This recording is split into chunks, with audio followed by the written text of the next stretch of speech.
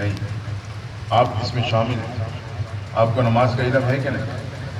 وقت کا بھی پتہ ہے، رکعتوں کا بھی پتہ ہے، نماز بھی آتی ہے، حکم بھی جانتے ہو، زکوٰۃ کا پتہ ہے، حج کا پتہ ہے، حرام حلال کا پتہ ہے، جائز ناجائز کا پتہ ہے، اپنے پرائی کا پتہ ہے۔ آپ کو دین کی تمام ضروریات معلوم ہیں، علماء نے آپ کو بتلائی ہیں، تو آپ اس دائرے میں پورے عالم ہیں۔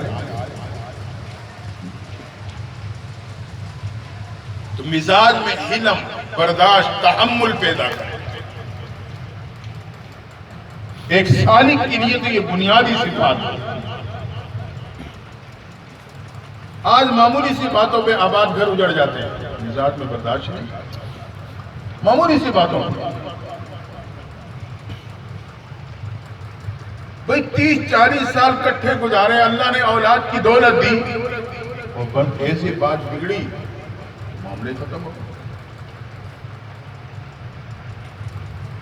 اس لیے مزاج میں تحمل رہے، برداشت۔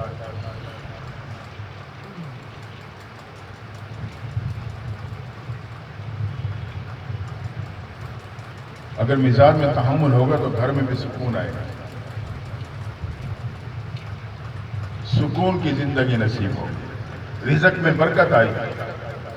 کیونکہ پھر میں یہ نہیں کہ جب بھی باہر سے پریشانی، اپنے کاروباری مسائل کا شکار ہو کے گھر آؤں گا تو آتے میں گھر والوں کو گالیاں نہیں دوں گا۔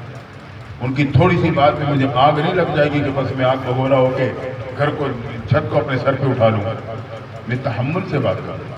جب لڑائی جھگڑا گھر میں نہیں ہوگا تو اللہ رزق میں برکت ڈالے گا۔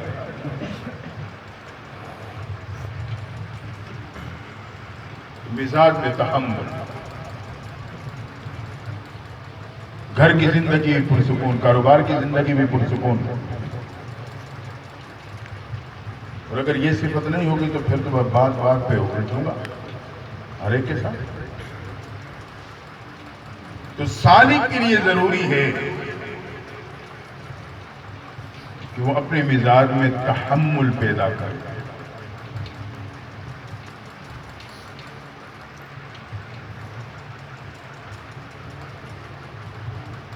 اگر یہ صفت میرے آپ کی زندگی میں آ گئی، یہ یاد رکھ لینا، یقین کر لینا کہ دنیا کا گھر پھر دنیا کے گھر نہیں، یہ جنت کا گھر کا منظر پیش کرنے لگے گا۔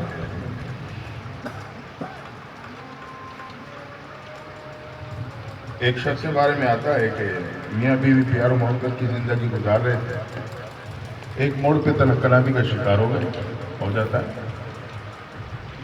خاوند انتہائی غصے میں آپے سے باہر ہونے لگا، لیکن نے اپنے آپ کو قابو کیا، کنٹرول کیا، برداشت سے کام لیا۔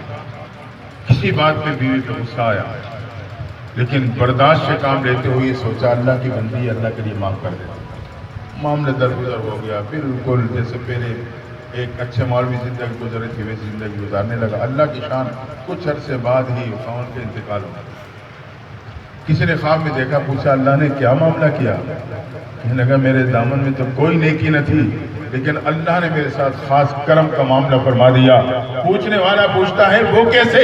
کہا اللہ نے کہا میرے بندے، تو نے دنیا میں اپنی بیوی کو میری بندی سمجھ کے معاف کیا تھا، آج میں تجھے اپنا بندہ سمجھ کے معاف کر رہا ہوں۔ پھر دنیا کا گھر جنت تو بن ہی جائے گا، آگے بھی جنت نصیب ہو جائے گی۔ میرے ترغیب دینے کا مقصد یہ ہے کہ مزاج میں برداشت لائے، حلم لگائے۔ آج یہ حالت ہے کہ نماز کا ہمیں پورا علم ہے، آتے ہیں مسجد کے آداب کا بھی علم ہے، مسجد میں جھگڑ پڑتے ہیں،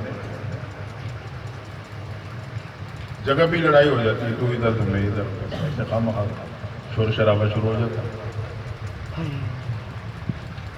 مزاج میں علم کا پیدا کرنا بہت ضروری ہے۔ کتنی باتیں ہو گئی؟ سمجھو کہ آپ جاگ کے سن رہے ہیں، الحمدللہ۔ تیسری بات، چوتھی بات، حضرت صدیق اکبر فرماتے ہیں کہ محسن کا معیار، محسن اسے کہتا ہوں جس کے ساتھ بھلائی کرتا ہے، کسی کے ساتھ اچھائی احسان کرتا ہے۔ محسن کا معیار اور حسن وہ احسان نہ جتلانے میں۔ میں نے کسی کے پہ احسان کیا یا اچھائی کی اور پھر میرے ساتھ ہی اسے تانا دے دیا، وہ جتلا دیا، تو کیا میرا احسان رہ گیا؟ اس سے تو اچھا تھا میں نہ کرتا۔ محسن کا حسن اور محسن کا معیار احسان نہ جتلانے میں ہے۔ بڑوں کا جملہ سنا کرتے تھے، نیکی کر دریا میں ڈال، تو مجھے بڑے عرصے بعد سمجھ آئی جملے، پہلے ایسے روٹین میں سنتے تھے، نیکی کر دریا میں ڈال، کیا مطلب؟ دریا میں جو چیز گر جائے نا، بندہ اس سے مایوس ہو جاتا ہے،